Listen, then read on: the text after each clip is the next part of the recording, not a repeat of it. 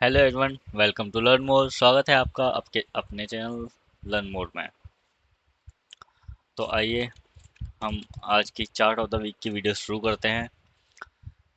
तो फॉर्मेट हमारा वही है। सबसे पहले हम देखेंगे निफ्टी को, फिर देखेंगे बैंक निफ्टी को, इसके बाद हम बढ़ेंगे अपने चार्ट ऑफ द वीक्स की तरफ। लेकिन वीडियो शुरू करने से पहले मैं आपको बता दूं कि मेरी किसी भी स्टॉक में खरीदारी या बिकवाली की कोई राय नहीं है।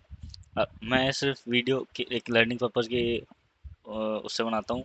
अगर आपको वीडियो में बताए हुए किसी भी शेयर में इन्वेस्टमेंट करनी है तो या तो खुद एनालिसिस करें या फिर अपने फाइनेंशियल एडवाइजर से सलाह लें। मेरा इसमें किसी भी तरह से कोई इन्वेस्टमेंट नहीं है। तो चलिए, इसके साथ ही हम आज की वीडियो शुरू करते हैं। सबसे पहले हम देखेंगे निफ्टी 50 के चार्ट को। देखो, निफ्टी ने 3 हफ्ते पहले एक गैप डाउन दिया था, उसके बाद उन्होंने एक अच्छी सी बुलिश हैमर कैंडल बनाई और अब वापस से निफ्टी एक रिकवरी मोड में आ गया है। तो उसका उसकी अगली रेजिस्टेंस यही इसका ऑल टाइम हाई है 25,000 के पास। 24,800 पर निफ्टी ट्रेड कर रहा है। 25,000 के पास एक साइकोलॉजिकल रेजिस्टेंस भी आता है और टेक्निकल रेजिस्टेंस भी है। तो यहाँ पे 25,000 पे थोड़ी रेजिस्टेंस निफ्टी फेस कर सकता है। एक बार 25,000 की रेजिस्टेंस निफ्टी निकाल देता है तो मार्केट में अप ट्रेंड रिज्यूम हो जाएगा। अभी निफ्टी में फिलहाल ट्रेंड तो पॉजिटिव ही है, हायर हाई हायर लोज बन रहे हैं, लेकिन और कोई व्यू अभी नहीं है। चलो, फ्लैट फ्लैट व्यू ही है। उसके बाद हम चलते हैं अपने बैंक निफ्टी की तरफ।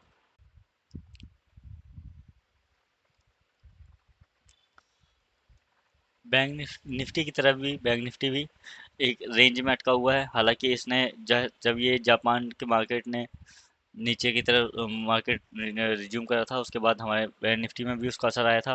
लेकिन लगातार 2 हफ्ते तक बुलिश हैमर बनाने के बाद मार्केट अब ऊपर की तरफ चल पड़ा है।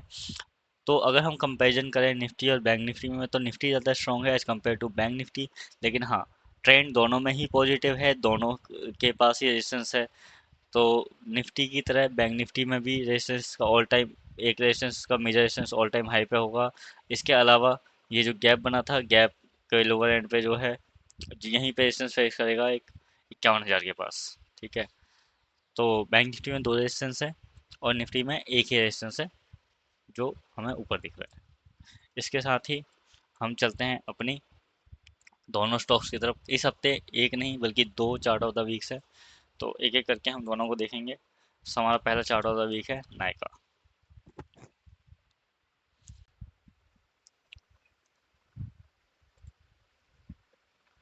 अब नायका का आप पूरा चार्ट देखिए।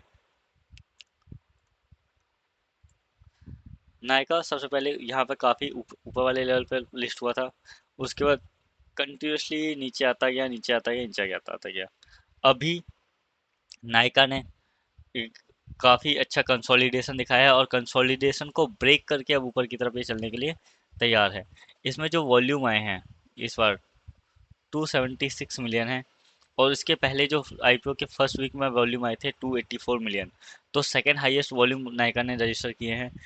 और इसके साथ ही कंसोलिडेशन का ब्रेकआउट भी है। तो technical breakout plus volume confirm करता है आपका हमारा first chart of the week होगा नायका।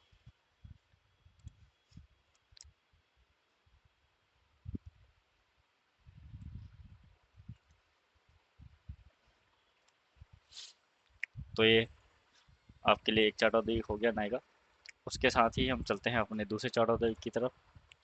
दूसरा चार्ट ऑफ द वीक है एंजल वन।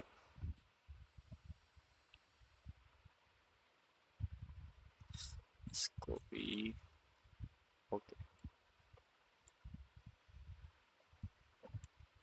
अब एंजल वन लिमिटेड में देखिए, नायका की तरह ही सबसे पहले इसके वॉल्यूम देखो। वॉल्यूम में ध्यान देंगे आप, वॉल्यूम देखोगे तो आपको पता लगेगा कि इस बार जो वॉल्यूम आए हैं 28.726 मिलियन, ये अपने लाइफ टाइम हाई वॉल्यूम आए हैं इसके लास्ट वीक में। उसके साथ ही एक रीटेस्ट लेवल से कंफर्मेशन आया है इसका कि यहाँ से रिवर्सल आएगा भी। एक मेजर सपोर्ट लेवल पे इसने सपोर्ट लिया है और अब वहाँ से रीटेस्ट होके ऊपर की तरफ की जर्नी रिज्यूम कर चुका है। सो बहुत ही अच्छे वॉल्यूम है। उसके साथ ही एक रीटेस्ट कंफर्म हुआ है। नायका को अगर हम देखेंगे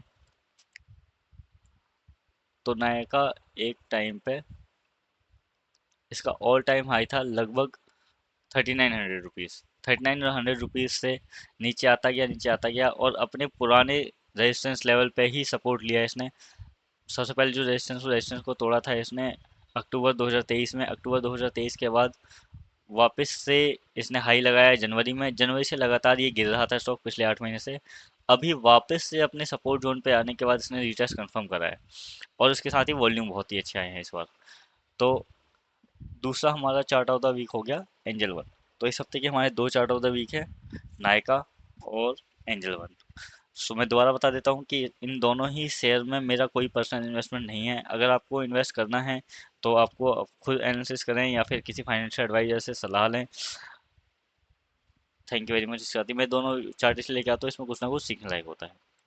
ये था वीडियो का अंत। Thank you very much.